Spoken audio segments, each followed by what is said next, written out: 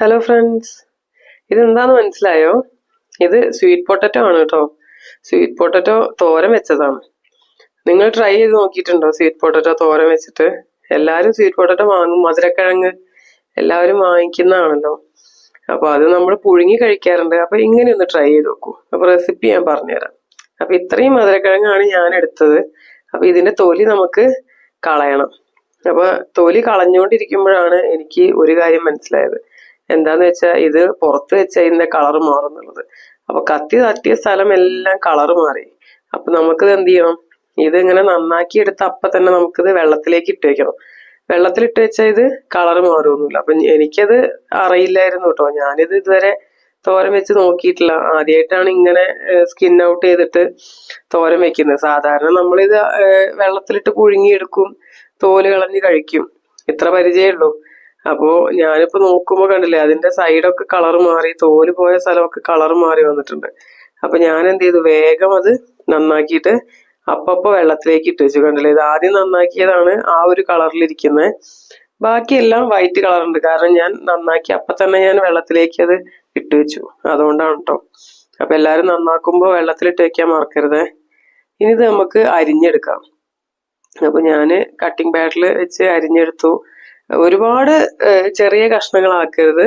ഒരു മീഡിയം സൈസിൽ നമ്മളിത് അരിഞ്ഞെടുക്കണം. കാരണം ഇത് വെന്ത് കഴിഞ്ഞാൽ നല്ല പോലെ ഉടയും. എല്ലാവർക്കും അറിയാലോ ഇത് ഉടഞ്ഞു പോകുന്നുള്ളത്. അപ്പൊ ആ ഉടഞ്ഞു പോവാതിരിക്കാൻ വേണ്ടിയിട്ടാണ് കുറച്ച് വലിയ കഷ്ണങ്ങളാക്കിയിട്ട് നമ്മളിത് മുറിച്ചെടുക്കുന്നത്. അപ്പൊ നമുക്കിത് കട്ട് ചെയ്തെടുക്കാം.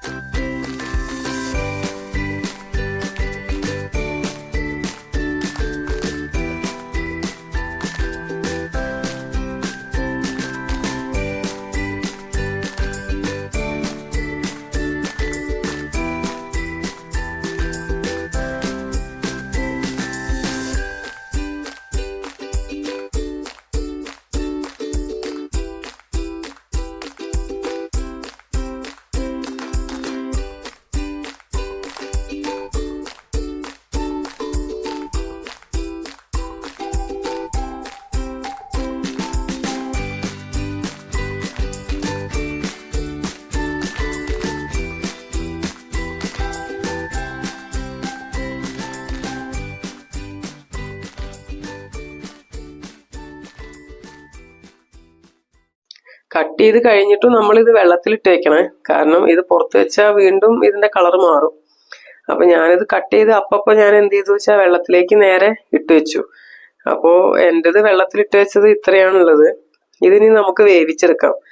അപ്പോ നമുക്കിതൊരു പാനിലേക്ക് ആക്കിയിട്ട് ഒരു 1/2 ഗ്ലാസ് വെള്ളം ഒഴിച്ചിട്ട് അടച്ചു വെച്ച് വേവിച്ചെടുക്കുകയാണ്.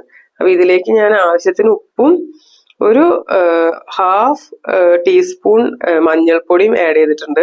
അപ്പൊ ഇതിലുള്ള എൻ്റെ മഞ്ഞൾപ്പൊടി കണ്ടിട്ട് പേടിക്കരുത്, ഒരുപാടൊന്നുമില്ല. ആ മഞ്ഞൾപ്പൊടിക്ക് അത്രയും കളറുണ്ട്, അതുകൊണ്ടാണ് അത് അങ്ങനെ. അപ്പൊ നിങ്ങൾ വിചാരിക്കും ഇത് വാങ്ങിയതാണെന്ന്. ഒരിക്കലും അല്ല കേട്ടോ. ഇത് വീട്ടിലുണ്ടാക്കിയ മഞ്ഞൾപ്പൊടി വീട്ടിൽ നിന്ന് എടുത്തിട്ട് വന്നതാണ്. അപ്പൊ ആ മഞ്ഞൾപ്പൊടിക്ക് തന്നെ ഒരുപാട് കളറാണ് ഇതിന്. കുറച്ചിട്ടാൽ തന്നെ നല്ല കളറുണ്ട്. അപ്പൊ ഈ വീഡിയോയിൽ കാണുന്ന അത്ര കളർ അതിനില്ല കേട്ടോ. അതാ വീഡിയോയില് ഒരുപാട് കൂടുതലായിട്ട് എനിക്ക് തോന്നി, ഫീൽ ചെയ്തു. അപ്പൊ മഞ്ഞപ്പൊടിയും ഉപ്പും വെള്ളം ഒഴിച്ച് നമുക്കിത് വേവിച്ചെടുക്കാം. ഇനി ചോറിന്റെ ഒക്കെ കൂടെ കഴിക്കാൻ പറ്റിയ ഒരു തോരനാണ് കേട്ടോ ഇത്.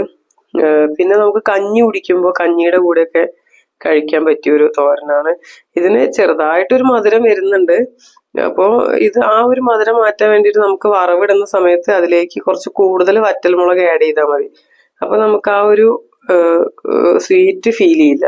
എന്നാലും ചെറിയൊരു സ്വീറ്റ് ഉണ്ട്. അത് വിചാരിച്ചിട്ട് ഒരു ബോറൊന്നുമല്ല. നമ്മൾ വിചാരിക്കുന്ന പോലെ ചോറിന്റെ കൂടെ ഇത് കഴിക്കാൻ ബോറൊന്നുമല്ല.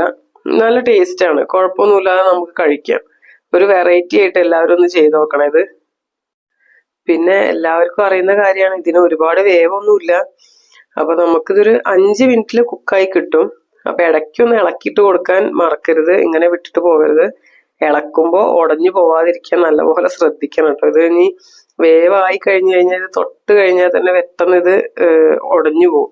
അപ്പൊ എൻ്റെത് ഓൾമോസ്റ്റ് കുക്കായിട്ടുണ്ട്. അപ്പൊ ഞാനിതൊരു പ്ലേറ്റിലേക്ക് മാറ്റിയെടുത്തു കേട്ടോ. അപ്പൊ ഇങ്ങനെയാണ് ഇപ്പൊ എൻ്റെ സ്വീറ്റ് പൊട്ടറ്റോ ഉള്ളത്. നമുക്കിനി ഇത് വറവിടാം. അപ്പൊ അതിന് വേണ്ടിയിട്ട് ഞാൻ 2 ടേബിൾ സ്പൂൺ വെളിച്ചെണ്ണ എടുത്തിട്ടുണ്ട്. അതിലേക്ക് 1 ടീസ്പൂൺ കടുക് ഇട്ടു. ഇനി ഇതിലേക്ക് വറ്റൽമുളകാണ് ആഡ് ചെയ്യുന്നത്. അപ്പോൾ വറ്റൽമുളക് ഞാൻ എന്താ ചെയ്യുന്നത് വെച്ചാൽ ആഡ് ചെയ്യുമ്പോൾ കുറച്ച് കൂടുതൽ ഇടുന്നുണ്ട്. ആ വറ്റൽമുളകിന്റെ എരിവാണ് നമുക്കിപ്പോൾ ഈ ഒരു പൊട്ടറ്റോയ്ക്ക് വരാൻ പോകുന്നത്. നമ്മൾ പച്ചമുളക് ഒന്നും ഇടുന്നില്ല. അപ്പൊ ഇതിലേക്ക് നേരെ ഇടുന്നത് വറ്റൽമുളകാണ്. അപ്പോൾ വറ്റൽമുളക് ഞാനൊരു 6 എടുത്തിട്ട് ഇട്ടിട്ടുണ്ട്.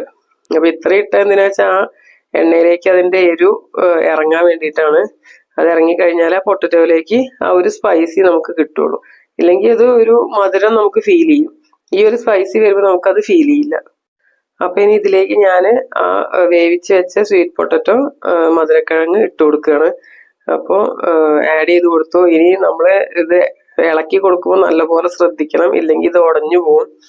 അപ്പോൾ ഉടഞ്ഞു പോവാതെ ഇരിക്കാൻ വേണ്ടി ശ്രദ്ധിക്കുക. ഞാൻ ഈ ഒരു ടൈപ്പ് കയ്യിൽ വെച്ചിട്ടാണ് ഇത് ഇളക്കിയെടുത്തത്. കാരണം നമ്മൾ നല്ല കട്ടിയുള്ള കയ്യിൽ വെച്ച് ഇളക്കി കഴിഞ്ഞാൽ നമുക്കിത് ഉടഞ്ഞ് ആകെ കുഴമ്പ് പരുവത്തിലായി പോകും. അപ്പൊ അങ്ങനെ ആവാതിരിക്കാൻ വേണ്ടിയിട്ടാണ് ഇങ്ങനത്തെ ഒരു ഇത് വെച്ചിട്ടാണ് ഞാൻ ഇളക്കി കൊടുത്തത്. അപ്പൊ ആ എണ്ണ എല്ലാ പൊട്ടറ്റോയിലേക്കും ഞാൻ എത്തിച്ചിട്ടുണ്ട്. അതെന്താന്ന് വെച്ചിട്ടുണ്ടെങ്കിൽ നമുക്ക് ആ ഒരു സ്പൈസി കിട്ടാൻ വേണ്ടിയിട്ടാണ്.